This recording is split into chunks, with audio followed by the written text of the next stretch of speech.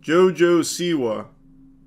Even just saying her name elicits a involuntary response from your body, having your face kind of like crumple up like you just ate a warhead or something really sour. Because you always know when JoJo Siwa's name comes up in conversation, it's something embarrassing.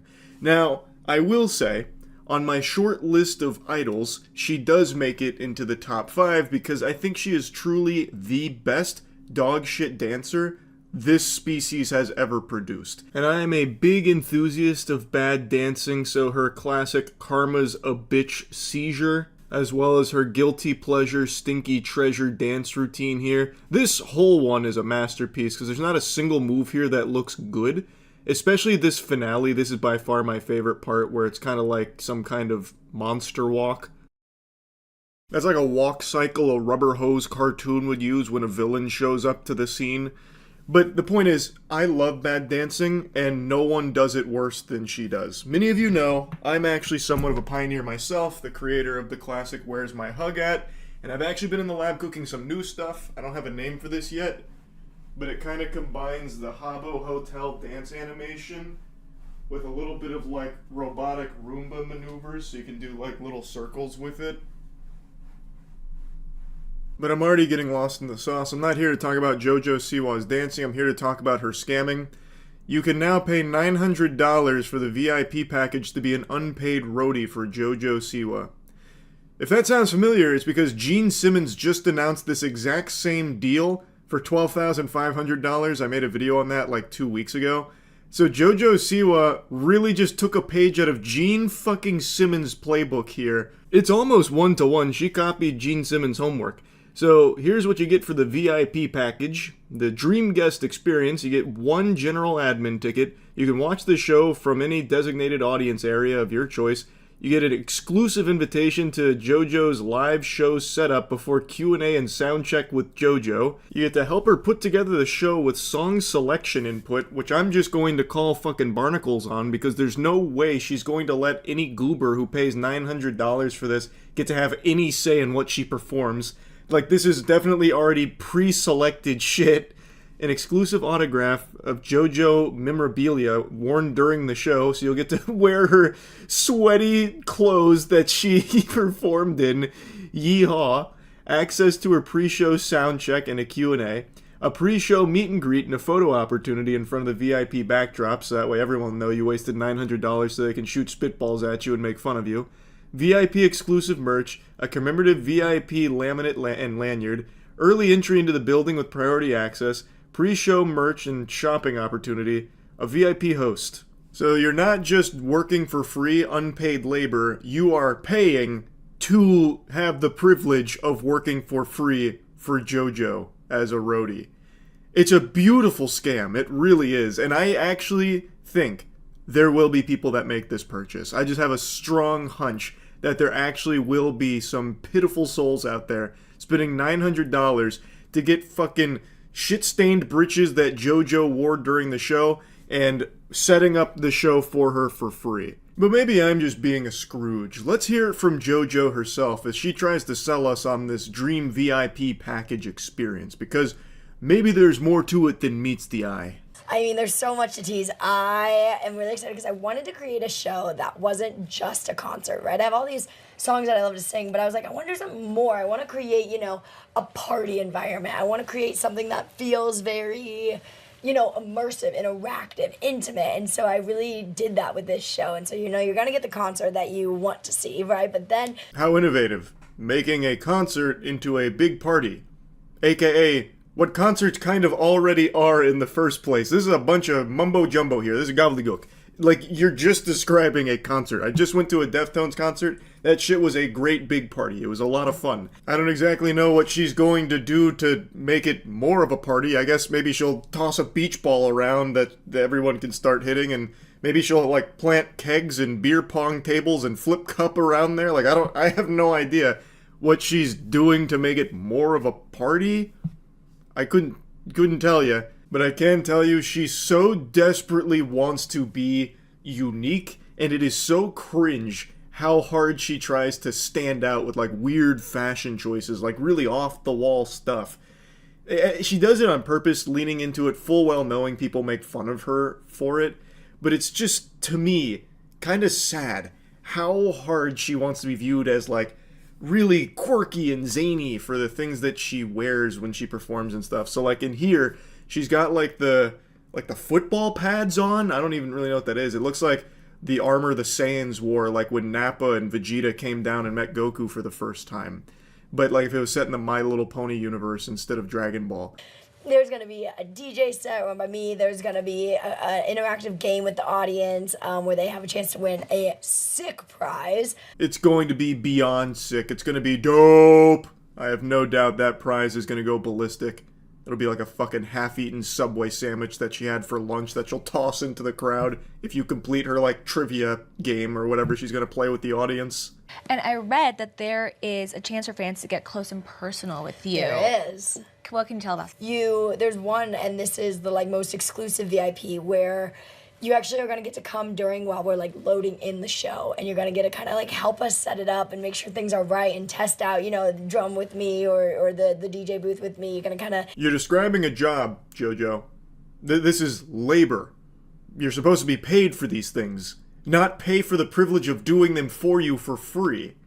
It's an interesting proposition. Gene Simmons really did just blow open a whole new door for insufferable assholes to exploit their fans here for these VIP packages.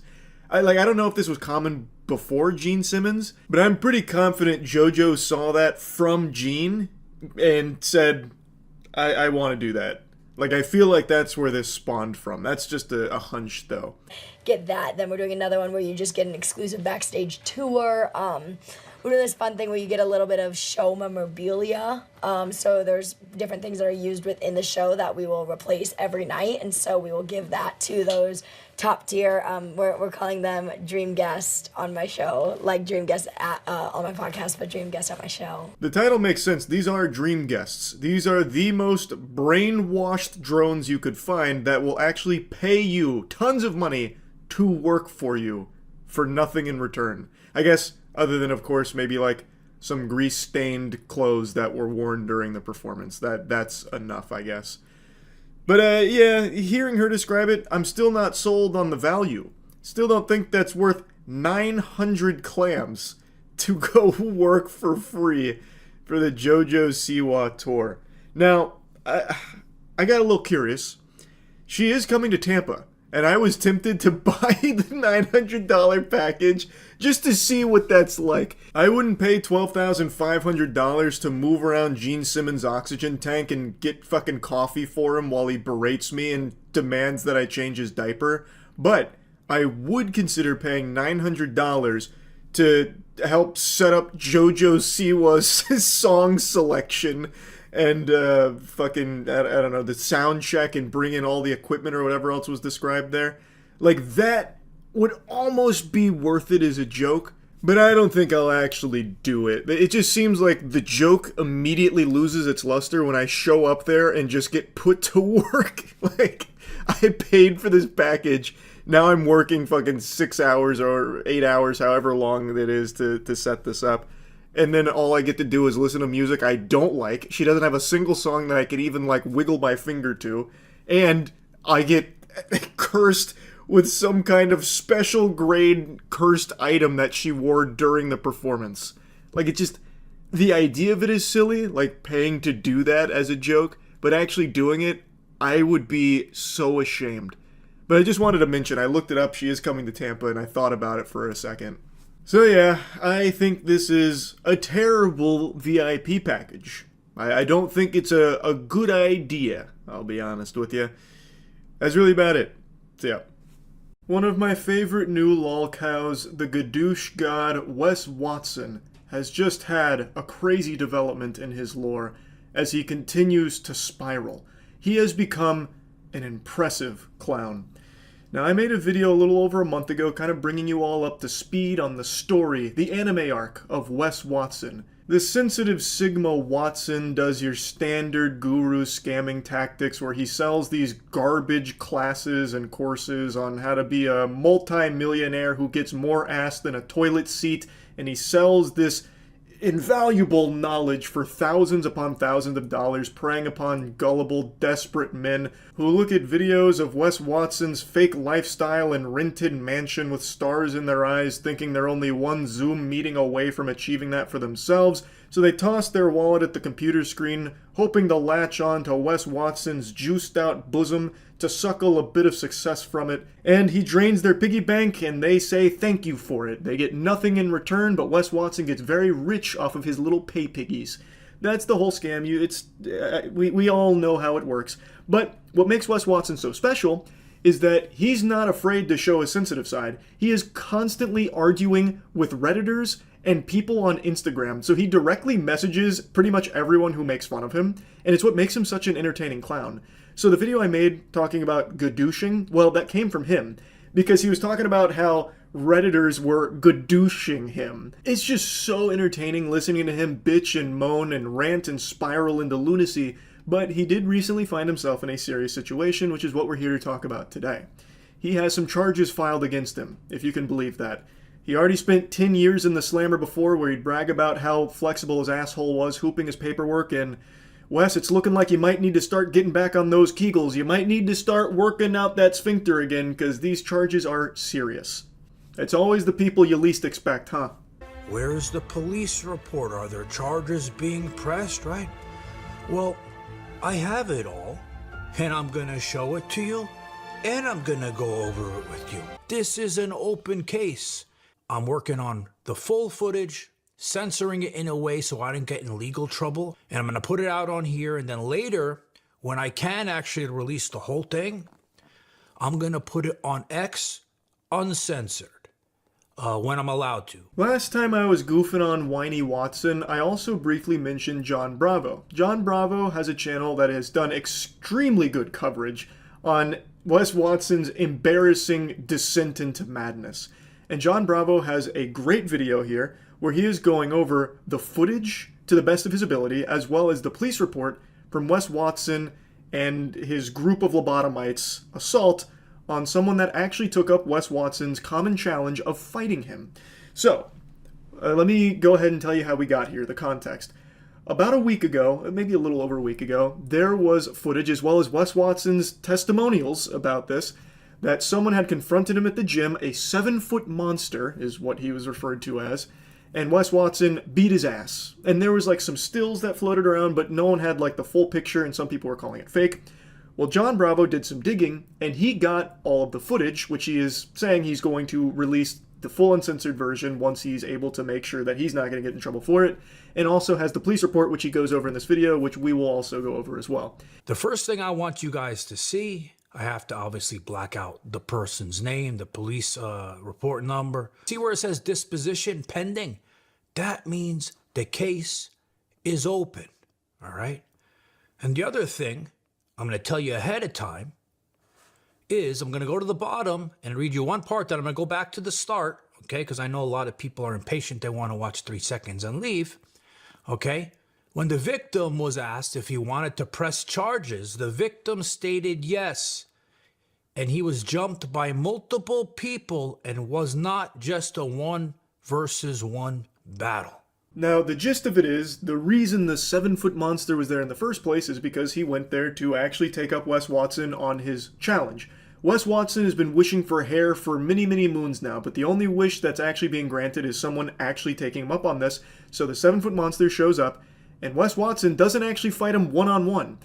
So he actually just gets ganged up on by Wes and 3 of his buddies who are hitting him with dumbbells, weight belts, and it's just brutal. And imagine being that pathetic worm that flexes about this, because Wes Watson was making it sound like he was some kind of hero and this was all self-defense. He made it sound like he fought this guy with the Knight's Code of Honor. Like a 1v1 pugilistic fisticuffs, the old-fashioned way. That's a load of fucking barnacles right there. That's just fanfic, because what actually happened is Wes Watson got to hide behind his friends and they just ganged up on this guy. Imagine being such a pitiful fucking vermin that you challenge someone to a fight and then bring 3 other dudes with you to help fight that guy with you. It's so cringe, which is Wes Watson in a nutshell. The suspect stated the victim walked up to him stating he wanted to fight. The suspect stated they began to fight verbally and then escalated to physical. The victim stated he doesn't know who the victim is and he never seen him before. When asked if he wanted to press charges, he said no. This is Wes Watson. They asked him if he wants to press charges. Wes Watson says no, and he never seen him before. Units then spoke to the victim, the 7-foot monster, who stated he was told by the suspect to come fight him via Instagram. We know how Wes challenges all of us on Instagram. He did it to me, the piece of shit, but I knew not to go in because his goons, security, and his bullshit weapons pulling out the shit out of the purse. I love the way John Bravo calls him a piece of shit all the time. He also calls him Peg Watson pretty often, and it just always makes me giggle just listening to him always slide in, you piece of shit, to Wes Watson. But anyway, what he is describing here was Wes Watson saying, like, he didn't know the suspect he was working out. This guy came over and said he wants to fight him. Well, the reason he came over and said he wants to fight him is because Wes Watson had challenged him, and he actually showed the Instagram messages that confirmed, yep, this was like a prearranged thing where Wes does the standard Wes thing of saying, come fight me. And the guy showed up, he said, bet, I'm here to fight. So he walked over to him, they had like a really brief verbal back and forth, and the victim did give him like a little shove, but to me it looks like he backed off, looking to try and de-escalate things. I think he wasn't really there to fight. I think he was there more just to confront a bully. I think that's what he was doing, because it doesn't look like he went over there to try and just beat Wes Watson's ass out of nowhere. Like, he didn't throw any sucker punches or anything from the footage that's been released. He goes over there, it's a verbal back and forth, and then he gives him like a little shove and then steps away. And then after he does that, that's when Wes Watson and his boys just go ballistic on him. Wes Watson strikes him in the face with a weight belt multiple times, and then all hell breaks loose. When units looked at the victim's phone, it shows the victim messaging the suspect to fight him. The victim then stated he went to the gym to confront the suspect. So now we have the motive. So he wanted to go to the gym and fight Wes because Wes has been challenging all of us to come there. So he went to fight him. But I don't think he knew it wasn't a one-on-one battle with Mr. Peg Watson. It wasn't even a battle at all. It was checkmate before the game even started, because Wes was traveling with 3 of his friends that were using weapons to defend Wes Watson, even though there wasn't really a threat to defend him from, at least not in my eyes. So like that initial shove, that is instigating for sure. I get that. They're in a verbal argument, but after the shove, he backs off. And it doesn't look like he ever planned on like striking at Wes until the weight belt hits him in the head twice. They then get into a verbal argument, and then he kind of like falls forward at Wes Watson. Maybe he's kind of lunging at him, but it also looks like his friend hit him with a dumbbell and it sent him forward, so it's kind of hard to tell. But what is irrefutable is that after that lunge, he falls to the ground, and then Wes and his friends hit him with dumbbells and weight belts for a very long period of time, and it ends with the victim kind of hunched over like this on the ground, all bloodied and bruised, and Wes Watson comes out of nowhere with a soccer kick to the fucking skull. That is a move that kills people. That is oftentimes fatal. And according to John Bravo in the full footage, there are 4 or 5 soccer kicks to the head of this guy. Wes Watson, the victim stated they got in a verbal fight, which escalated to physical. The victim was stating that he was hit by a belt and then jumped by multiple people and hit by weights. When asked if he wanted to press charges, the victim stated yes. He was jumped by multiple people and it wasn't versus one. After reviewing CCTV footage of the incident, so the cops watched the CCTV footage, the victim places his phone down next to a weight machine as if he was attempting to record the encounter. So he obviously recorded this knowing full well that he wanted to film his confronting of Wes Watson. So now we know why it was being recorded. It wasn't like a staged thing, which is what a lot of people thought it might have been when this initially started to float around. It's all very real and all confirmed in the police report here. The suspect then swings the belt towards the victim's head, appearing to hit him. The suspect and victim continue to argue verbal. The suspect then turns around and starts to walk away from the victim with his back towards the victim. The victim then rushes towards the suspect and attempts to strike the suspect in the head with his fist, but appears to miss. All right, so that portion of the footage I'm going to show you guys. So after Wes hit him with that belt 2 times, right? That asshole with the dumbbell, his butt buddy, was behind him. And I can't tell if he hit him with it or not, but it lunged him forward, and then he went back to get Wes, but he didn't even make it like a foot or 2, and Wes took him down. It's just kind of hard to tell. He does have a dumbbell, and he does go off camera, and I can kind of see like the dumbbell on the back of the guy's shirt. So it looks like he got struck by the dumbbell, but it's hard to tell because it's censored here and I don't have the full thing yet, but that's kind of what it looks like to me. I can kind of see arguments for like, oh, the 7-foot monster started it. This is kind of on him. Wes Watson was well within his right to defend himself. That would almost work if the rest of the video footage wasn't there, which is why when Wes Watson was talking about it, he made sure you didn't see the whole picture. Because the guy is on the ground, covered up, fetal position, just trying to like protect his head, and Wes and his friends punch, kick, and strike him with weapons for an extremely long period of time, even though it's very clear this fight is over. Also, it's a fight Wes Watson himself fucking agreed to, it seems. A one-on-one. But it actually was never one-on-one, because Wes, you can't 1v1. He'll never meet you on Rust. He's always going to bring his whole crew with him. So the guy showed up for the fight with Wes, but got gangbanged instead. The suspect instantly reacts and gets the victim on the ground and begins to strike the victim in the head and face numerous times with his hands. Yeah, I counted 45 fucking times. After the victim being hit numerous times, all you can see is the victim on his knees, protecting his face and not fighting back. His eyes were being gouged, his ponytails were being pulled. Dirty shit. He's being held down by his butt buddies. They're all taking a little lick in, a kick here, a kick there. The suspect then stopped hitting the victim, and the victim stopped protecting his face. That's that part with the kick, and attempted to stand up. The suspect then walked over and kicked the victim in the face with force.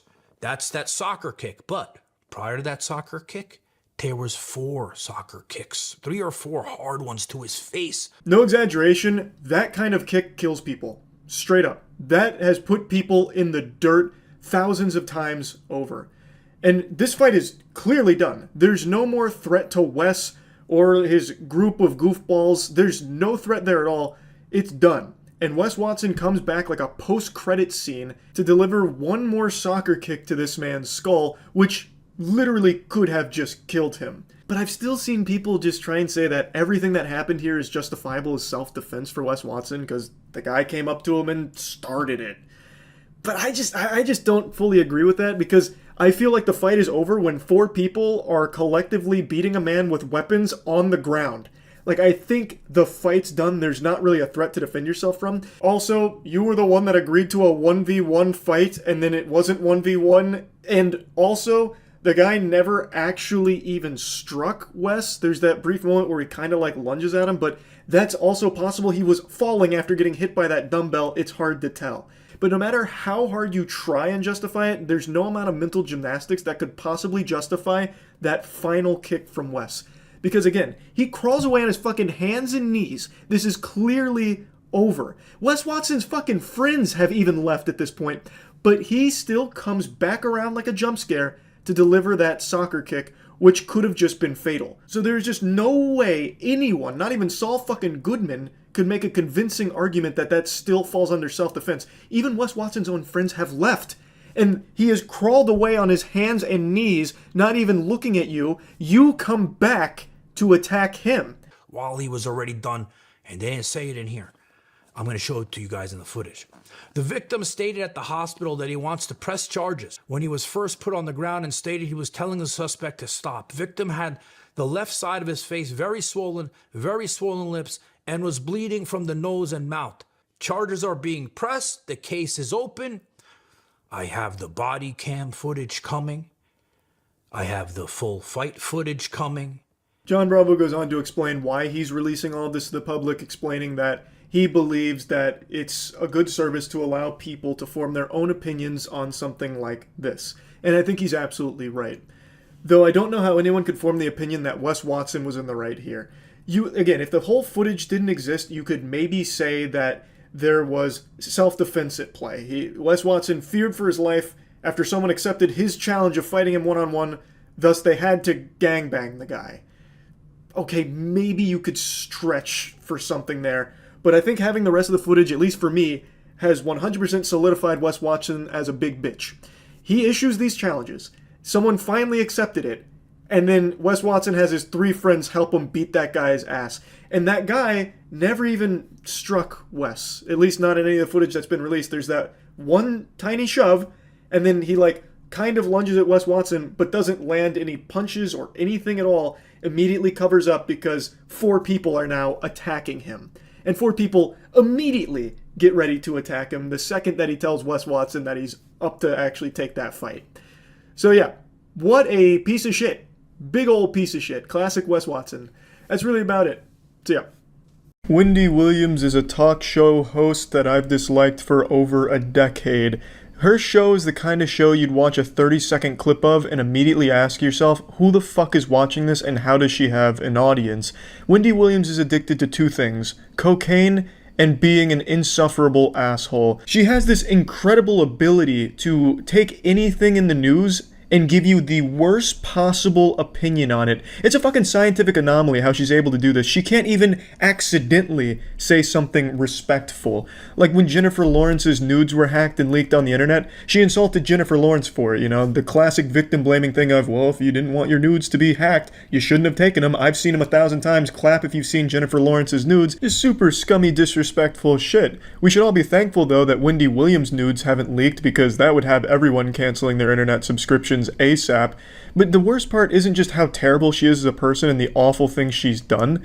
It's the fact that people go to her for advice. That's like going to Charles Manson for advice. For example, one lady went on her show saying that her husband doesn't want another child, but she wants another child. What should she do? Wendy Williams tells her that she should trick her husband by stopping birth control without telling him. That was her advice. It's fucking crazy what she does and what she says and the kind of negative impact she has on everyone around her. Gus Johnson recently made a video about Wendy Williams where he goes into detail on certain things, and keep in mind this is not even a quarter of the awful shit she's done. I highly recommend you check out Gus Johnson and Pay Money Wubby talk about Wendy Williams and joke about some of this. I'm not going to cover any of those. What I want to talk about and why I'm bringing it up now is because she's pulled a classic Wendy Williams by insulting a woman who was recently killed by a stalker. So I'll give you some background before I play the clip. Amy Harwick, famous Hollywood sex therapist, was recently murdered by a stalker when she was pushed from a balcony and fell to her death. She was also the ex-fiancée of Drew Carey, host of Price is Right, and in Wendy Williams' most recent segment, she makes a joke about her murder, but it can't even really be called a joke because it's more just her insulting Amy's death and Drew Carey. I don't know, it's hard to explain. I'll play the clip. She was killed not by Drew, but by the ex. Come on down.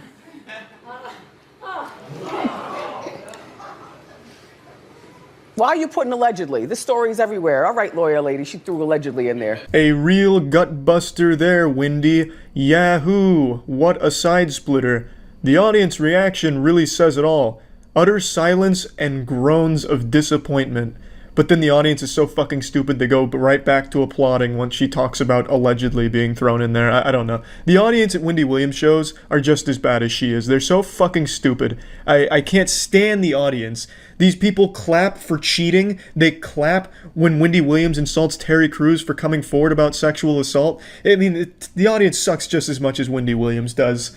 But this one, even they couldn't mindlessly clap for a second, which is incredible. I've never seen that before on this fucking awful television show. I just really don't even get how it could have even been misconstrued as a joke, because there's nothing in there that seems like it was supposed to be comedic. It just seems like it was supposed to be mean and remind Drew Carey that his wife was murdered. It doesn't even make sense. Come on down is an iconic line from Price is Right, and I guess her joke was she fell to her death. Come on down. Wow, Wendy. That's really something special you've got there. You sick fuck. She looks like she died 10 years ago, but is being kept alive through some forbidden spell.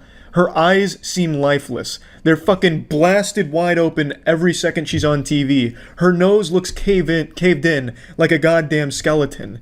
I don't understand how Wendy Williams can even think for a moment she has room to make jokes about anyone's appearance, their personal choices, or anything at all for that matter. She is an awful person, top to bottom, inside and out, and I can't fucking stand Wendy Williams. Wendy has only ever done one thing in her entire career that wasn't incredibly terrible. It was when she blasted a creamy fart into her panties on her television show. Room thing. That cop wasn't playing that.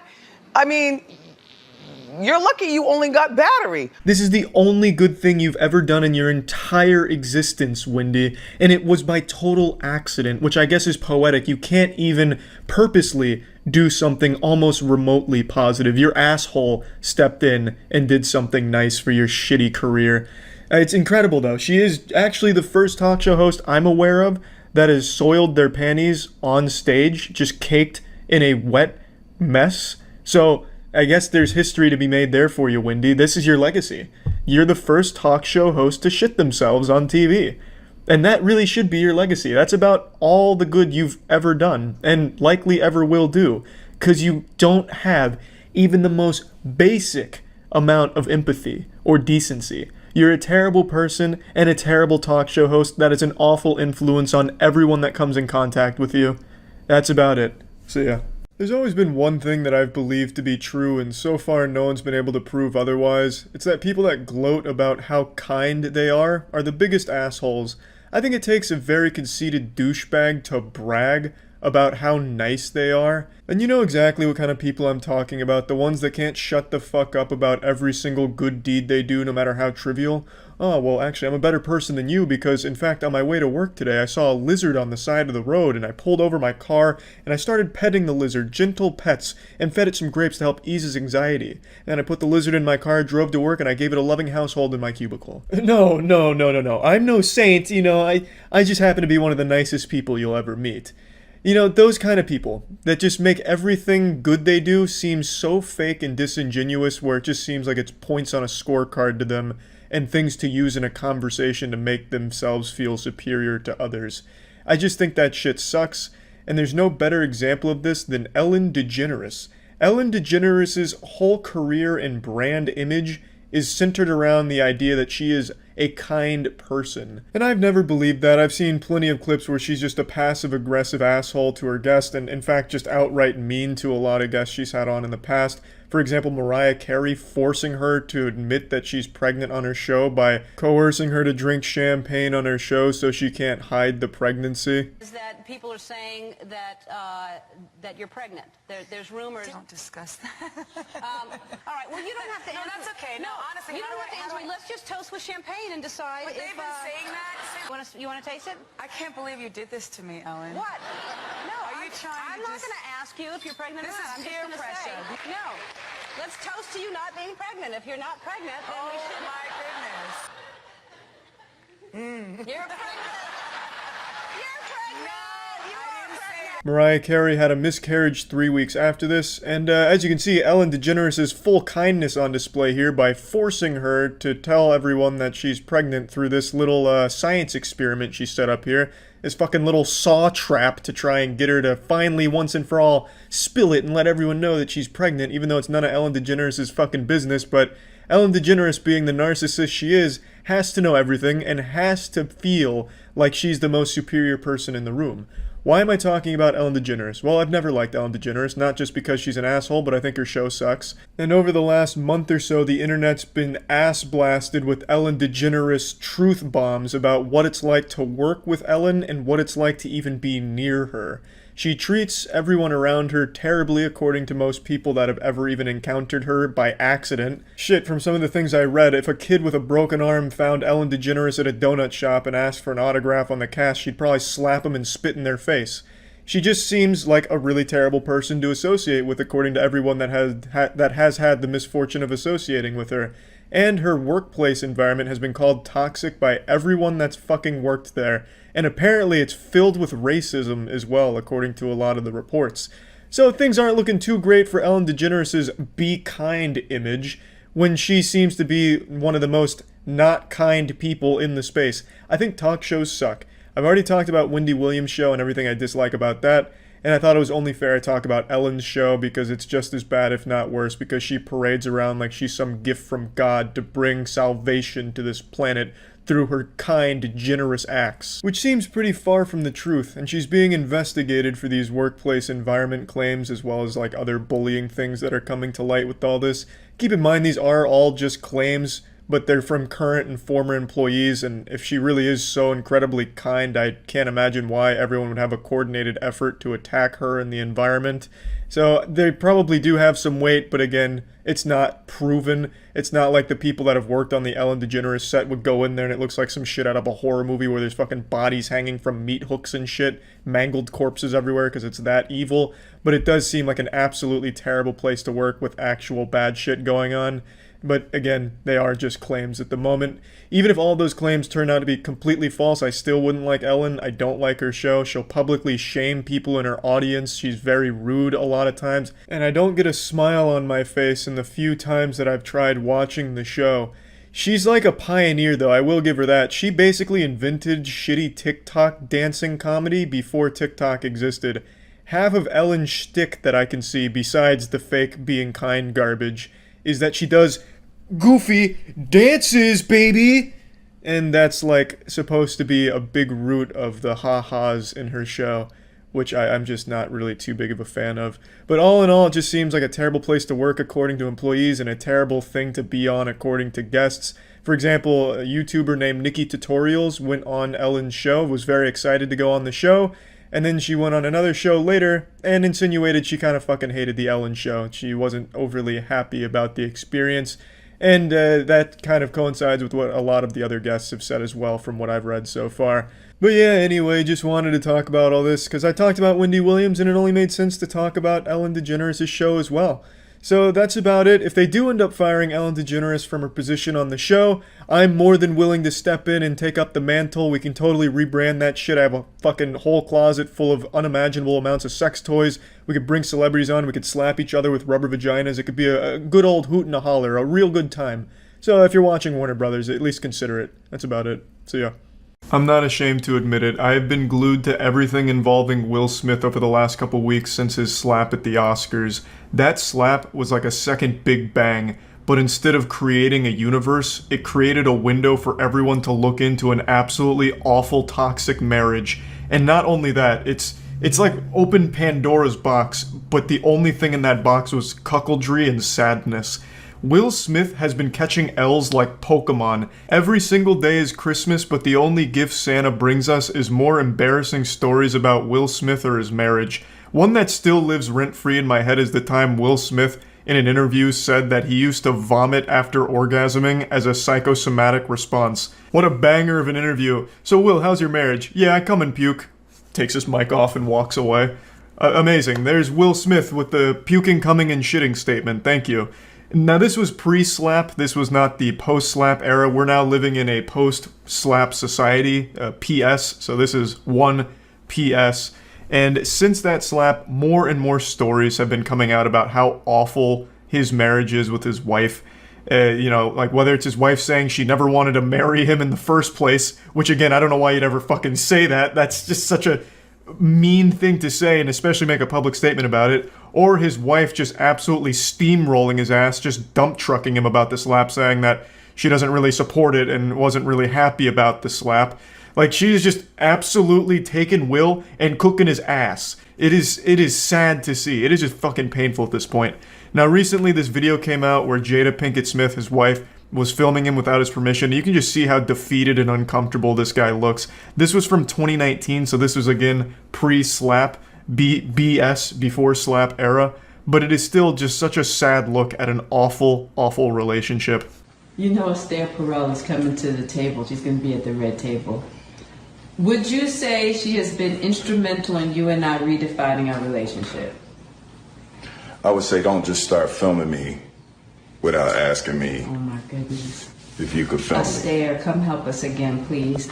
This reminds me of that scene from the movie Hitch where Will Smith says, "I saw that going differently in my mind." Like, it's the same energy as this right here, but in reality. So his wife just starts recording him and trying to make him like dance like a puppet to, promote whatever she's trying to talk about. I'm not really sure the full context, to be honest, but it's about how someone helped their marriage, but she's doing it without Will's permission and his consent to film, which is obviously an intrusion. That's not okay. That's just violating his personal space and his privacy. He clearly didn't want to be on camera for this, but she doesn't respect boundaries, as evident from the time when she sat him down on her show to tell him about her entanglement with other men. right to his face, just talking about the cheating and making light of it, and Will is very clearly like upset, nearly crying about it, but she just keeps going and pushing it. And you can see that it's not just like something she does for her show. It seems like it's something that translates to their actual household. I'm becoming fully parasocial in this Will Smith relationship now. Will Smith is a fucking weirdo. This whole family is weird. There's nothing I'm trying to defend here. I'm just watching as a spectator and trying to wrap my head around this absolutely wacky and wild season of the Will Smith household. I'm still dealing with foolishness. Don't. No, because she don't just. Would you say that she helped us heal the hurts that we caused between one another? My social media presence is my bread and butter, okay? So you can't just use me for social media and not, don't just start rolling. I'm standing in my house. Don't just start rolling. Please watch us stare at the red table because she's helped us a lot. Can't you tell? God, that seems absolutely fucking miserable where your wife is also playing the paparazzi, so you're just never safe. You could just at any moment end up on fucking Instagram live stream or whatever this was without you having any prior knowledge of it and just embarrassed. I can't even for 1 second think of a possible reason why she'd even film this and post it. This is just straight up delusional. It seems like it was supposed to be like a promotional piece for her upcoming episode with a guest that supposedly helped their marriage. But that marriage is not looking that healthy. Will Smith looks like he's trying to come up with a plan to fake his own death to get out of this marriage easier. Whatever wounds she was talking about being healed thanks to this person have clearly not healed. She has been scammed. It's like a fucking crypto scam here. Those wounds have not been healed. It seems like only salt has been poured on those wounds, like a jellyfish sting, and the only thing they've done for it is piss all over it. It's not getting any better. This looks awful. And it seems like it was supposed to promote her upcoming episode. But this did the opposite. It just made the person she's bringing on look like a fucking idiot if she was at all responsible for what you're seeing in this clip here. It just blows my mind. I don't really know what Jada Pinkett Smith's show is about. The only clips I've ever seen from it are the ones where she's talking about how much she hates marriage and embarrasses Will on it. So it really sounds like her show is just a weekly roast of her husband. I don't really get it.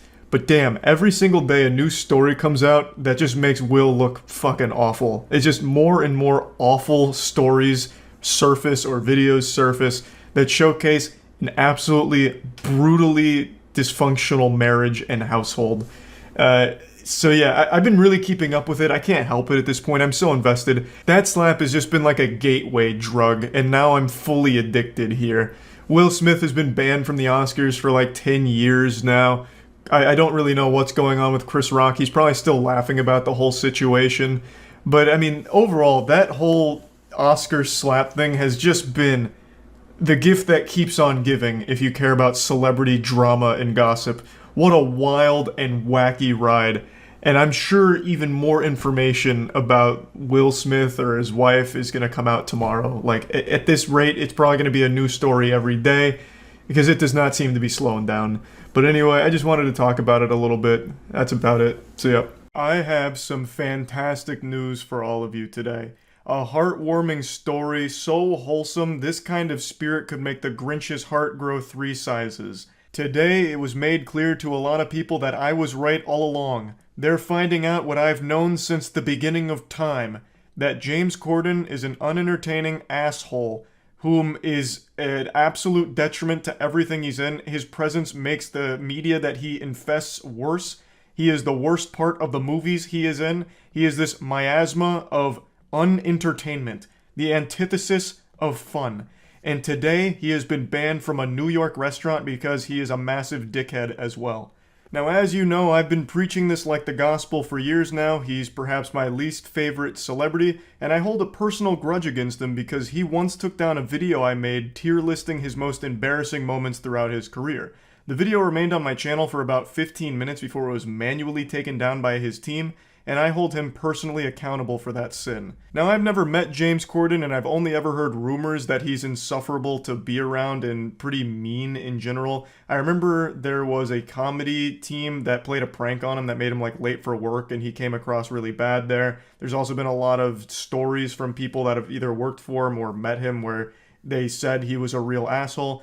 But to me, the biggest crime he'd ever committed in my eyes was just being cringe. I've never disliked him because of the stories I heard about him. That was just the cherry on top of how much I dislike his presence in all of the movies and shows that he somehow infests. He's just been in so much shit and makes it even worse.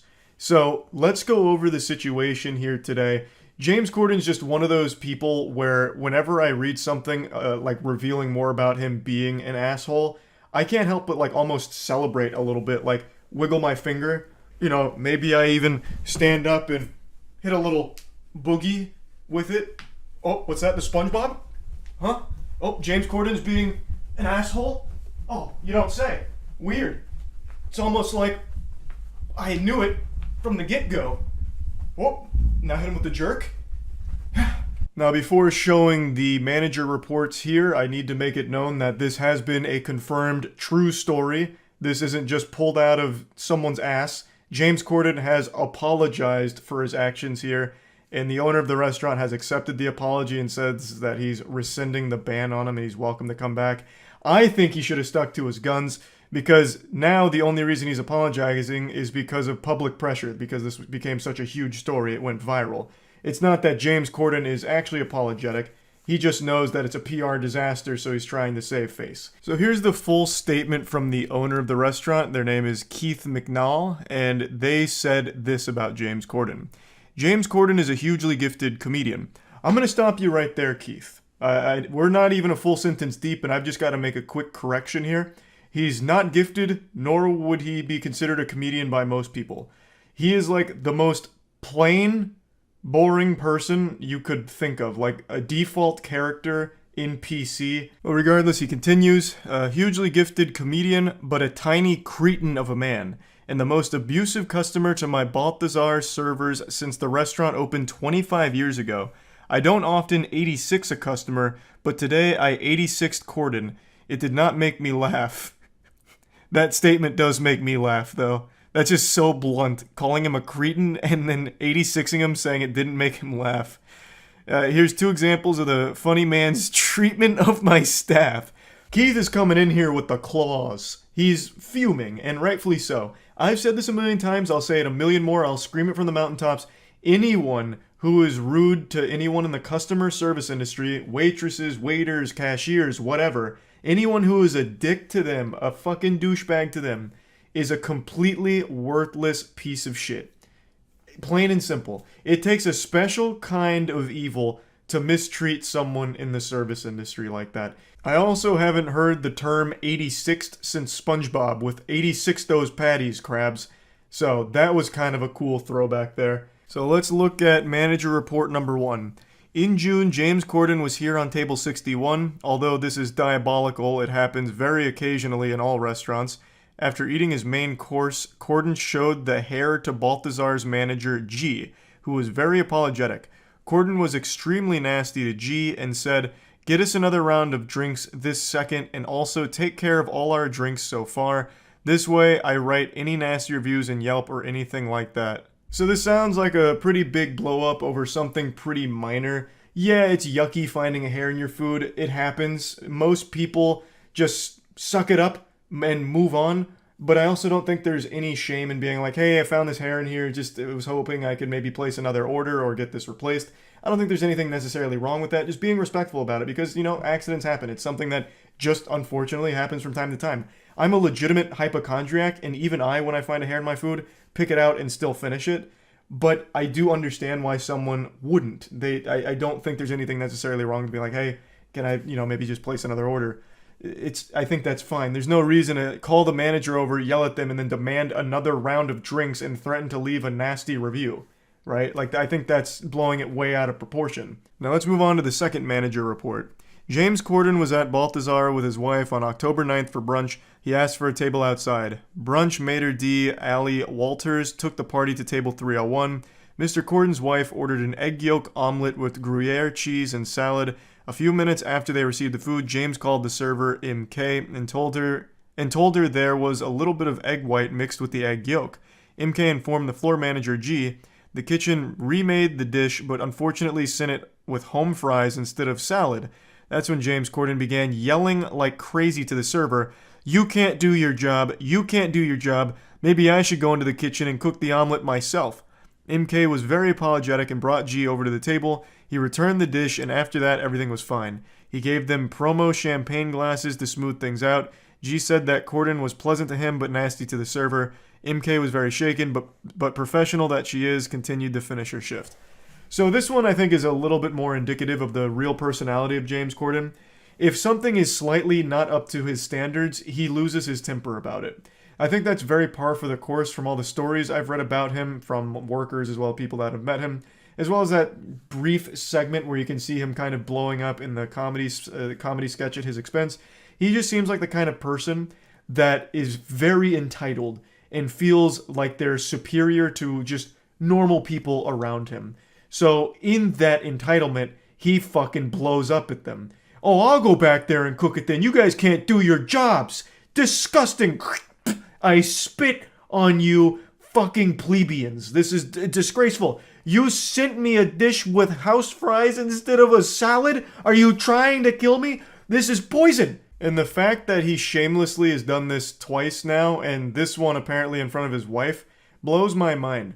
How anyone can do this in front of other people, especially people they care about, is something that will never compute with me. How do you not get embarrassed?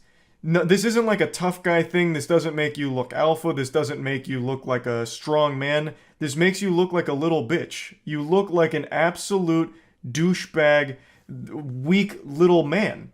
As Keith calls him, a tiny cretin of a man. Why are you getting so upset at the server who did nothing to slight you? They didn't insult you. Everything that happened wasn't on purpose. It wasn't an attack against you. Sending the dish with house fries instead of a salad is an easy solution. Just be like, oh, I actually wanted the salad. And then bang, they'll go get you the salad, I imagine. They're not going to sit there and like challenge you to fisticuffs like, I will not get you the salad, and I'm throwing the gauntlet down. Oh, put him up, Corden. Like, it's just such an easy thing to calmly handle. But I guess not for James Corden here. So these were the two manager reports. Now, of course, this isn't anything like crazy. James Corden didn't flip the table and throw water in the face of the server or anything. But even still, this kind of behavior I never have any tolerance for. There is just never an excuse to be rude, mean, nasty, yell and scream at anyone in the service industry. For honest mistakes, there's no excuse for it. Now, if the servers were coming up to him and slapping him around and telling him, hey, idiot, you're stupid, and I hate your talk show, then maybe I'd understand and being like, hey, that kind of hurts. I'm a little upset about that. But they're just doing their job, right? They're just doing their job and getting by. There's just never a reason to be mean to someone in the service industry. So yeah, I just wanted to talk about this a little bit because whenever James Corden fails and makes a fool of himself, I can't help but smile and just take it back from a distance as a spectator sport and be like, yep, that's James Corden for you. You guys are seeing this, right? So I was right. Even though I know most people agree that James Corden isn't entertaining. So it's a very cold take, but it's one that I just keep mentioning anytime that it's brought up. So really, that's about it. So yeah, I've said this before, and now it's time to dust it off and say it again. And I don't care whose feelings get hurt by this. Just like a suppository, I don't care if your ass gets sore. It's time to hit you with the truth. It is extremely embarrassing when somebody makes one thing their entire personality. Whether that's being a fan of a show, being a fan of a band, or expanding beyond it. If you have like a shtick that becomes a meme, making that meme your entire brand and your entire life. I find that to be cringe. And the internet is, of course, a portal to cringe. So let's show you who I believe to be the most sad specimen when it comes to this phenomenon. Salt Bae. Salt Bae is a restaurant owner who rose to fame because he sprinkles salt down his arm like this while wearing goofy sunglasses. He looks like a time traveler from a steampunk dystopia. He took off as a meme and kind of a joke online, but then that meme got made into real flesh. He adopted that as part of his soul, and it has now become his entire identity. He translated all of that online buzz into real-world success, so his restaurants are actually quite popular.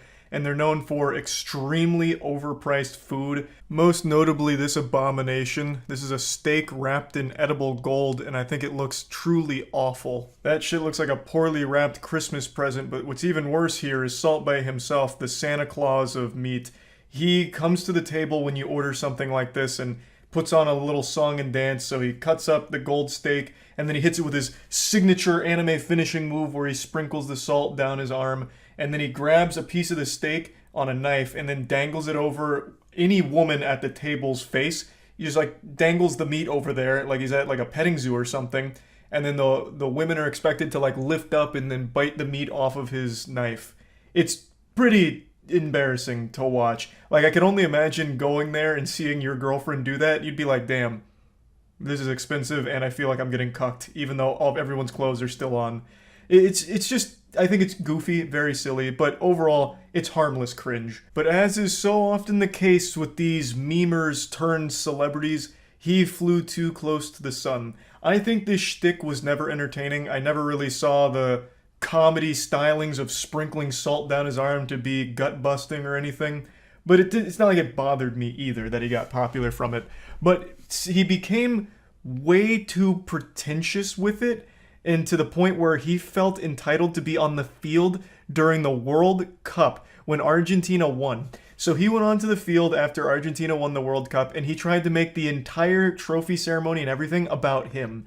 If you go to his Instagram, it's so many pictures of him holding the World Cup, you'd think he was part of the team that won it, even though he had nothing to do with it. And then he also has that picture in the bottom right that looks like he actually fished a piece of poop out of a toilet at one of his restaurants and was playing with it. So he was rightfully getting dunked on by everyone on the internet for this shit, and I just want to show you some of his worst moments here because, man, it is so bad. By far the worst one is him trying to get Messi's attention. So you can see him kind of like harassing him and yanking on him to try and get Messi to acknowledge him, kind of like a toddler trying to get his dad's attention. But Messi's having no part of it. He's actually celebrating with the people that matter to him and his team, his family, and he doesn't give a fuck about Salt Bae pestering him for like a photo for his Instagram. It's so embarrassing to look at.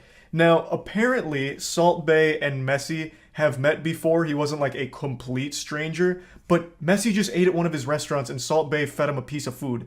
Like, it's not like they were inseparable friends or something. And the gall to go out on the field after the World Cup win and act like you're somehow best buddies with everyone on the team is so laughable and pathetic. It was so bad, in fact, that now FIFA is investigating how he even got on the field in the first place, because they're not entirely sure. The leading theory is that he was able to get on the field because he's somewhat friends with the FIFA commissioner, like the head of the FIFA org. So that's the leading theory, but even that's not 100% certain from what I've read. But yeah, let's take a peek at some of those videos he filmed because, man, they're classics.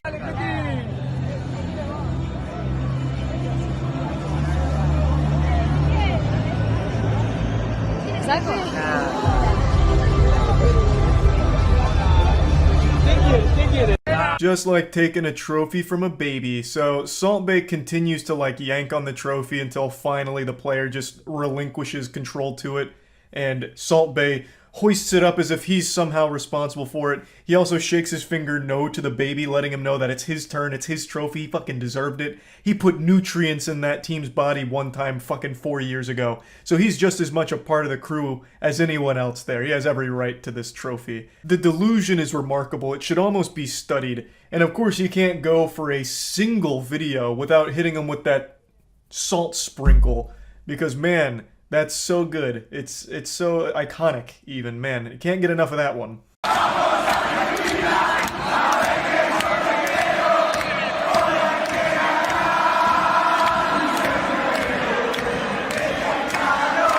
Man, that guy's face really tells the whole story. That discomfort.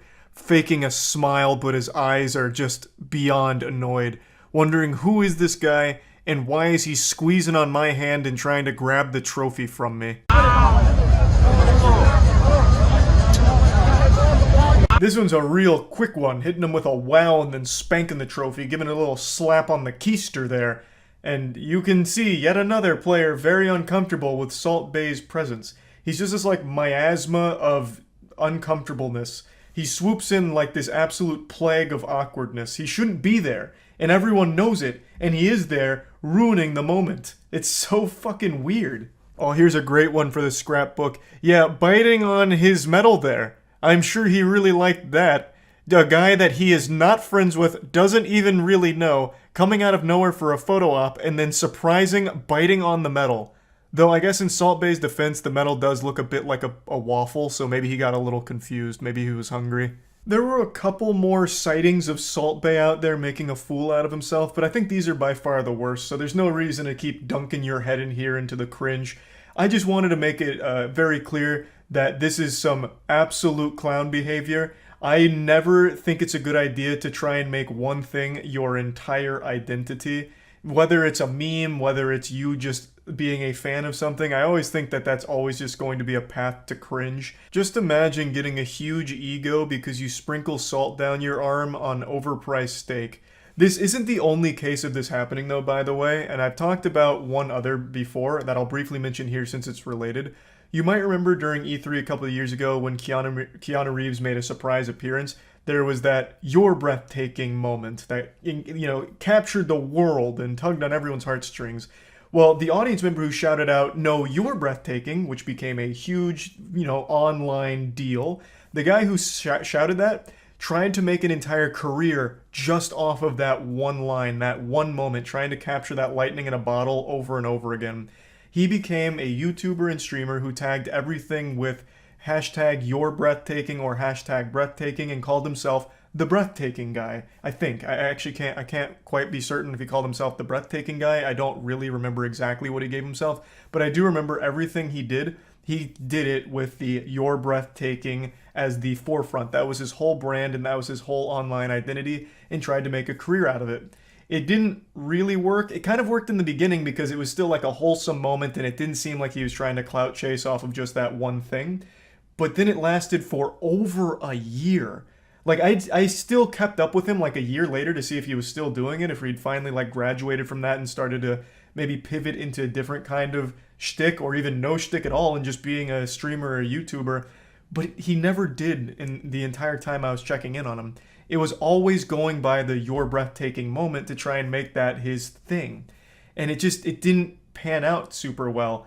Last I saw, he was streaming to about like 10 viewers at the time. And I just felt really bad for him because this is one of those moments where you have this huge blow up almost overnight because of one thing that you did that everyone loved. So you want to keep doing that because everyone loved it, but then you wear it out. It overstays its welcome. And then eventually you end up in a position like Salt Bae, where it's just kind of washed up, it's run its course, and now you just look silly for continuing to embrace it and continuing to try and sell that. So I just wanted to bring this up because I think Salt Bae is a bit of a loser, especially for this World Cup shit. That's about it. See ya.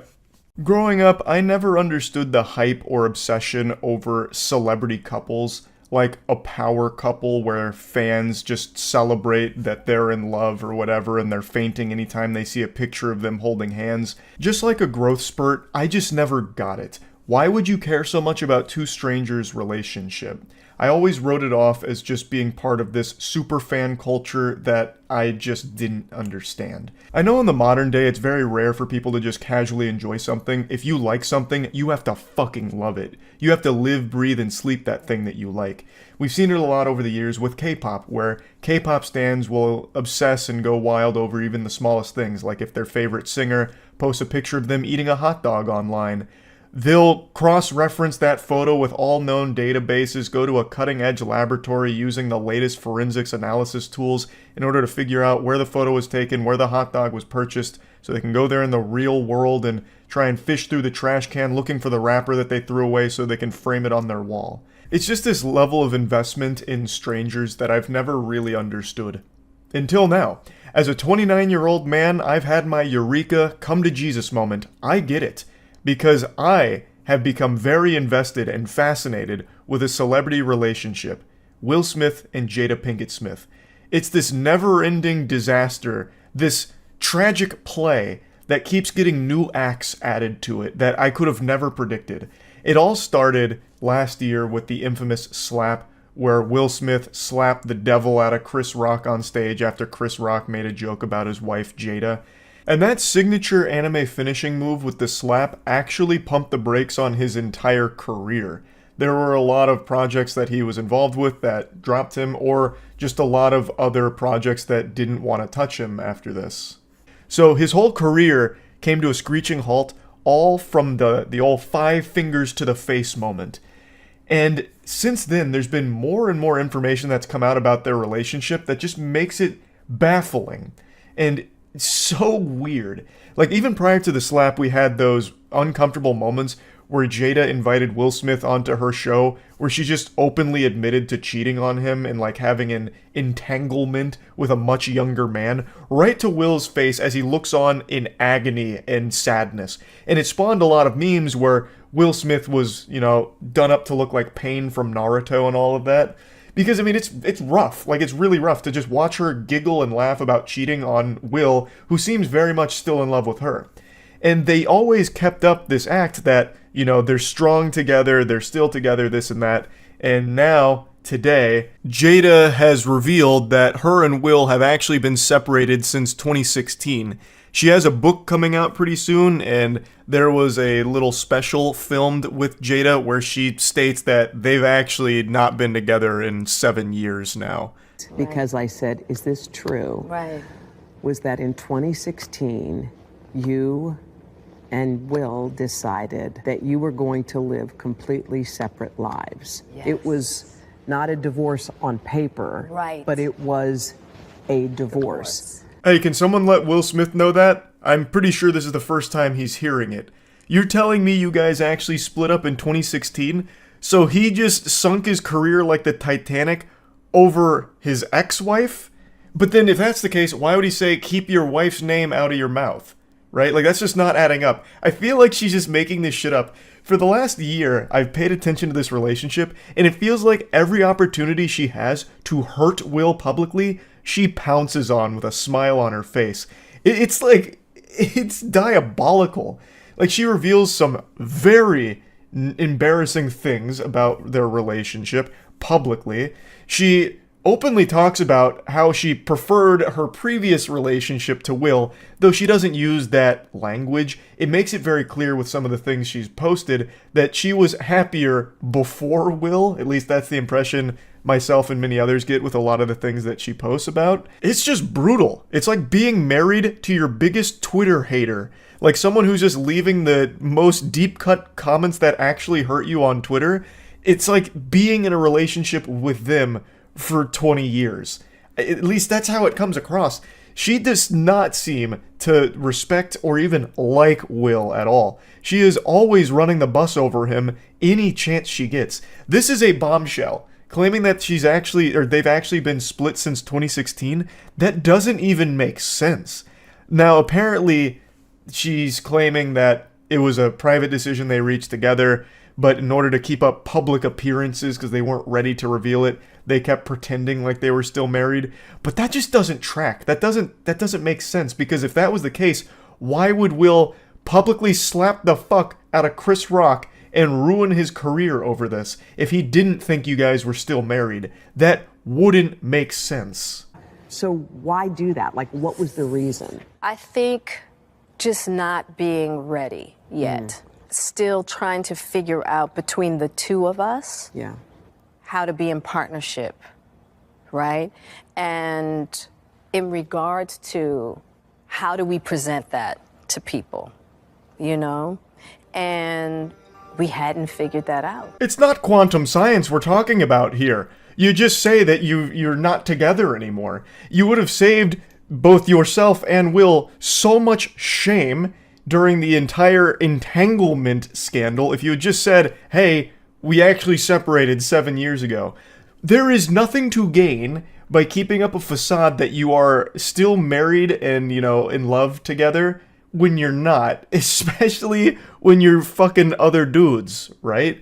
Why would you not just say, hey, we're not together anymore, really? Like, it's just like the easiest thing in the world. You'd have to try so much harder to not say that and just bear all of the spitballs that were being shot at you for cheating.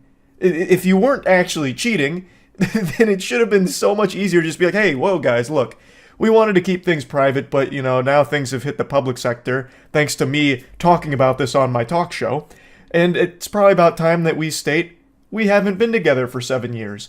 And it would have been so much smoother for both Will and Jada. But again, I just don't believe this. I really don't. And this sounds super parasocial, but Will looks like he's perpetually going through life heartbroken, like in a trance, like this rain cloud over his head, while he stays with Jada, and she comes up with creative new ways of embarrassing him. Just nefarious plot to constantly publicly humiliate the guy. He just stopped his career for a whole year by slapping the man that he believed disrespected his wife. You're telling me that he did that knowing that you two weren't actually together? I don't believe that. An act which, by the way, she didn't appreciate. Like, even when it happened, she seemed to, like, publicly condemn it. And now she's talking about it again, saying that she initially thought it was a skit. I was like, there's no way that Will hit him. It wasn't until Will started to walk back to his chair that I even realized it wasn't a skit. And then she said, as soon as they were alone, she asked Will, "Are you okay?" I'm not this man's psychiatrist, but I'll just tell ya, he's not looking okay here. This really feels like a plot twist that Jada pulled out of her ass and isn't some mutually agreed upon thing. Like, I understand there's been rumors over the years that Will had some kind of affair with Margot Robbie at some point, though I don't think any of those claims have been substantiated. I think those were only ever just rumors. But Jada herself confirms an affair with somebody else. I just feel like Will and Jada aren't on the same page with that separation. But hey, then again, who knows? Celebrity couples are fucking weirdos. And this is by far the weirdest couple. And it's not even close. Like, I really wouldn't be surprised if Jada truly did just make this up because it's a really big headline and attention grabber, so it'd be great for marketing for her upcoming book. The book's not fully out yet, so we don't know all of the, details behind everything or what all it's going to dive into. But just making a claim like this, a statement that they've actually been separated for 7 years as some kind of, like, big plot twist is huge for marketing for her book. So I really feel like there's a chance she did just make that up for that reason, and Will is as surprised as everyone else reading it right now. So, I could be wrong though. Maybe they are truly, a great team. They agree that they've been separated for 7 years, and Will still just sank his career for a relationship he's not even in anymore. Who knows? I just wanted to talk about this because I just find them to be a very interesting couple that I have become invested in learning about over the last year. That's really about it. See ya. I talk about a lot of worthless nonsense that I just find goofy and entertaining, but what I'm about to talk about today, what I'm about to start yapping and blabbering on about, has to be a new gold standard for the most trivial. This is more meaningless than a filler arc in Naruto, yet I can't help but care about it. Like, my voice is cracking because I'm almost embarrassed that I actually care. I read about this, like, right before leaving the gym, and for some reason I thought about it the entire drive home. So I got home, put my Skechers down because I'm one of the few people under the age of 60 and over the age of 9 that wear Skechers, and I just marched up here and I'm like, you know what? I need to talk about it. So it's about Dwayne "The Rock" Johnson. I'm sure all of you know that name. He's one of the biggest celebrities in America. I don't think you could find a place in this nation that hasn't at least heard of The Rock. Fucking Narnia probably knows about this guy. He is huge. And he recently posted an Instagram video that seemed innocent enough on the surface, but if you dive a bit deeper, it actually gets quite nefarious. It's about his supposedly first time trying In-N-Out. In-N-Out is a fast food chain. I'm sure a lot of you know that. It has like a cult-like following. People love In-N-Out. They fight tooth and nail for the honor of In-N-Out. Like, when I've tried it and I thought it was fine. I didn't think it like changed my life or anything. It didn't make me more attractive or taller. It wasn't a game changer, but it was fine food. But some people go crazy for it. And Dwayne "The Rock" Johnson apparently just tried it for the first time. Let's see what that looks like. I don't want to let the audio play because it's just DMCA music. And basically the whole video is him going to In-N-Out drive-thru and people just going crazy to see The Rock. This is supposed to be his cheat meal with In-N-Out, and it's his first time ever trying it. He's going to see what all the hype's about. But basically the whole video kind of plays out like autofellatio. It's The Rock just sucking his own dick. Like, hey, you just call me handsome? I don't speak Spanish. Is that what you said to me? That kind of thing. And then he makes his order here. He gets like his big meal. It's just complete throwaway garbage here. There's more empty calories in this video than there is in the french fries that The Rock is buying here. The video is honestly less about In-N-Out and more about just The Rock being famous. Like, this whole video is just The Rock showcasing he's famous and filming people's reaction to them seeing him in all of his benevolent glory. He is an angel and he is blessing them with his presence. He couldn't even be bothered to do the bare minimum of eating the meal on camera, so we were denied a Rock mukbang. What a shame. But here's his caption: "My first ever In-N-Out burger experience. Rolled up in my pickup and tried to be cool AF with my order." And then emojis for car and sunglasses. God.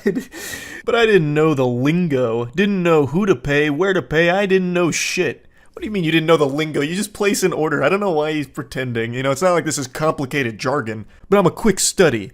Loved everyone's positive vibes in there. Holy shit, it's The Rock energy. God, he just can't. No one has The Rock's dick in his mouth more than he does. Like, good God. Goodness gracious. Can you smell what The Rock is cooking? It's his own wiener. Oh my lord. His favorite meal. Love the grub, and love how everyone in the drive-thru looked at me like I have 3 heads when I gave them a tip. Thank you, In-N-Out, for being awesome. I'll see you down the road. So it clearly reads like it's supposed to be some kind of promotional thing for In-N-Out here. And it's all just standard celebrity trash, but this is the 3rd time he's done it. He keeps pretending that he's trying In-N-Out for the first time every couple of years. Why? Why are you lying about that? You could just say, like, I love In-N-Out, so I'm going back to In-N-Out. Let's go. Can't wait for more In-N-Out. Why does it always have to be your first time? We know it's not. So there was 2 articles written about this, like, why does The Rock keep lying about it? And I have no fucking idea. Why would you just keep lying about it being your first time going to In-N-Out? The other 2 videos are still on your Instagram page. It makes no sense to me. It's like the weakest lie ever. I remember when I was a child, I used to do lies like this for April Fool's Day, where I would tell my friends that the Buccaneers quarterback Brad Johnson was retiring, and they'd be like, is he really? And I go, nope, I gotcha. It's like, what? Why are you even lying about that? It's so lame. Is history in the making. It is Sunday night, approximately 11 p.m. It is Cheat Meal Sunday for all of us around the world, certainly for me here. And the reason why this is history in the making is because this is the very first time that I have ever tried an In-N-Out burger, or In-N-Out fries, or anything from In-N-Out for that matter. Now, I've picked up some In-N-Out burger before through the drive-thru a few times for some buddies of mine. I've never tried it, so this is a first. That's such a convenient excuse. I've been through the drive-thru, but I've never actually eaten it. I've only ever picked it up for other people. That's like the timeless classic of, oh no, those aren't my drugs. I was actually just holding them for a friend. Now, he has a post from 2017, once again, through the In-N-Out drive-thru, but he doesn't have any evidence of him eating the meal, so I guess I can't say beyond a shadow of a doubt if he tried the In-N-Out meal when he bought it for the people in his vehicle. I would wager a guess that he has, because he keeps pretending like he doesn't even know what the fuck In-N-Out is, practically. He doesn't know how to go through the drive-thru or how to pay, according to his most recent Instagram post. So I don't know if the Men in Black keep coming around and neuralizing him every time he eats In-N-Out so he forgets entirely, or if this is just the weirdest marketing idea ever. I don't really get it. But I have said for about 5 or 6 years now that The Rock is the fakest celebrity in Hollywood. I truly believe that. I grew up a huge fan of The Rock. In the WWE, he was probably one of my favorites. Not up there with Kane, but pretty close. He cut the best promos. And to this day, if I had a nickel for every single time I said, can you smell what The Rock is cooking? Or if I imitated the people's elbow, man, shit, I'd be able to own In-N-Out by now. Like, he had a big impact on my childhood, but as he made it more into the mainstream consciousness, and as his fame grew, I feel like his soul kept getting chipped away at, whittled away, and now he's just this husk, this hollow shell that PR firms speak through. Like, every time he tries to vocalize something that's supposed to resemble his own thought or opinion, it feels like the most PR speak shit ever. Like, all of these PR suits are just using him like a fucking fleshlight, like this puppet of ventriloquism act, where they are talking through The Rock. What really cemented that for me was when he went on Joe Rogan recently. I haven't listened to Rogan in quite a long time, but when The Rock was on, I was very interested to see if he would finally come out of his shell here and actually speak his mind. And he barely spoke at all. The whole episode was mainly crickets. Like, he barely engaged with anything because it seems like The Rock only vocalizes what his team allows him to. Like, it has to be the most filtered responses and statements imaginable. He's just so fucking fake, and this In-N-Out madness was just a cherry on top of it. Another thing, I'm getting way off topic now, but another thing with The Rock that always rubbed me the wrong way since it happened was about a year ago, he was a brief guest on Jeff Keighley's Summer Games Fest. So he was there to promote the Black Adam trailer, but Summer Games Fest was supposed to be like a celebration of games and talking about all of that. And The Rock sent in a video that he absolutely threw together in like 30 seconds, but he couldn't even go through that video without plugging his own fucking drink. Like, come on, you're already there just to promote a movie and you're still going to promote something else as well? He only has one mode, and that's sales mode. That's it. He didn't engage with the community at all. He couldn't even pretend to care about Summer Games Fest or Jeff Keighley's production or really gaming in general. He just can't even put on a facade that he gives a fuck about anything beyond just selling himself. Like, even in this In-N-Out clip that I showed you, the second one where he pretended that he, trying it for the first time, let me show you how it actually ends. Check this out. They're called double doubles, loaded with lettuce, tomato, onion, pickles, and cheese. Of course, we got fries here. Get this. The fries are good. So we're off to a good start. Now, the question becomes, I have the one and only Terramana tequila. What is going to pair best with, you know what? I'm the founder of Terramana, so fuck it. We make up the rules. So I'm going to go with Blanco and Reposado. Here we go, ladies and gentlemen. What a pleasure this is. My very first In-N-Out burger. That is a good combo. Here we go. Yeah, he couldn't even eat a meal without plugging his own shit. That's all he is doing anymore. He just says what his PR firm wants him to say, nothing else, never doing anything that even resembles like his actual personality or his actual thoughts.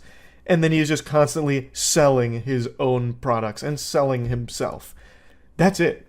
Like, that is so fucking sad. So yeah, just a really weird thing here that he keeps pretending that he's never had In-N-Out. So every year or a couple of years, he'll be like, oh, I'm trying In-N-Out for the first time. In fact, I'm pretty sure he even ordered the same exact thing last week as he did in this video from 2022, the one I just showed you. I'm pretty sure he made the exact same order as well. So he's probably a regular at In-N-Out. Like, he has his order down to a science. I just don't get why he keeps pretending for that. But I'm also not surprised because he actually is just super fake across the board. So yeah, just wanted to talk about it a little bit. A super, super meaningless topic that I just got passionate about. That's it. See ya. I want to start this video off by celebrating something important that's a little unrelated to the overall topic of the video, but one that calls for celebration. So let's pump our fists and wiggle our fingers together as we say rest in peace to James Corden's Late Late Show. That's right, it's finally over.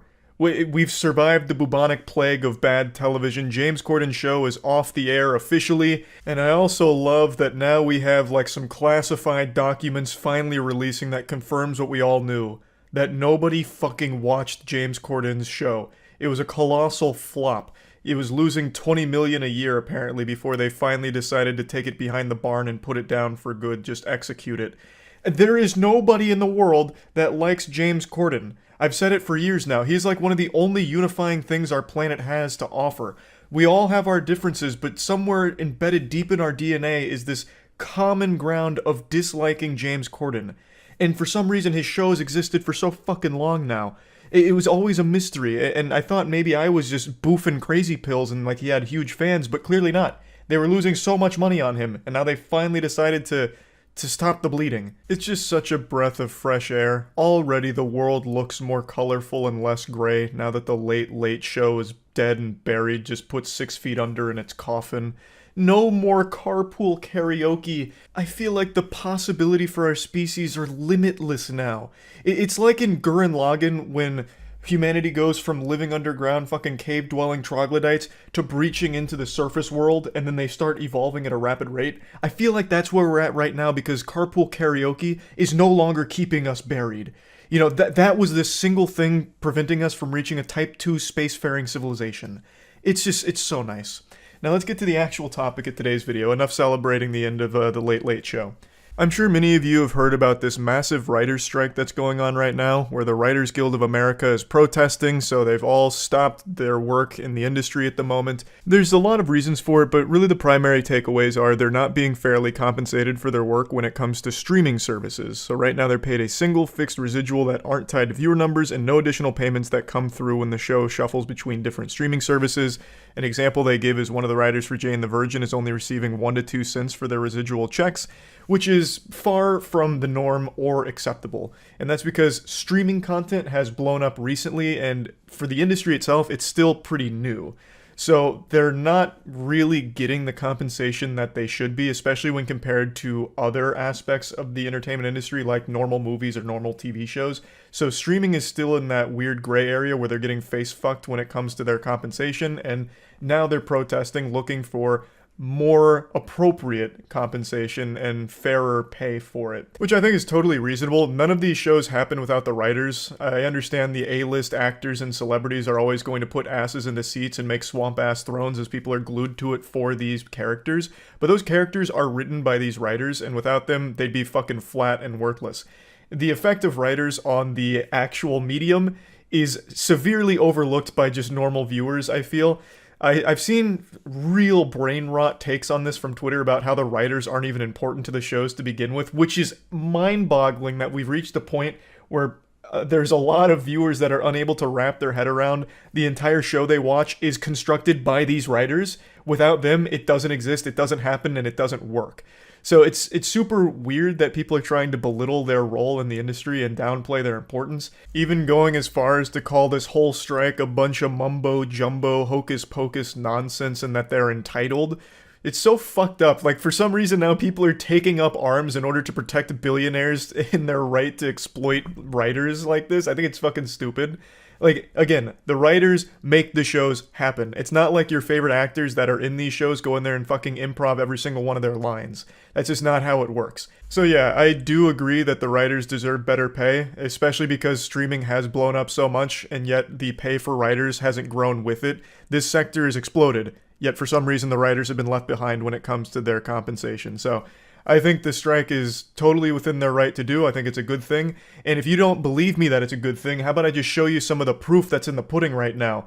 Get ready, because I'm about to give you a fucking enema of good news. This writer's strike has already been huge W's across the board for anybody with eyes, because since they're striking, a lot of terrible shows have had to go on hiatus, had to go dark.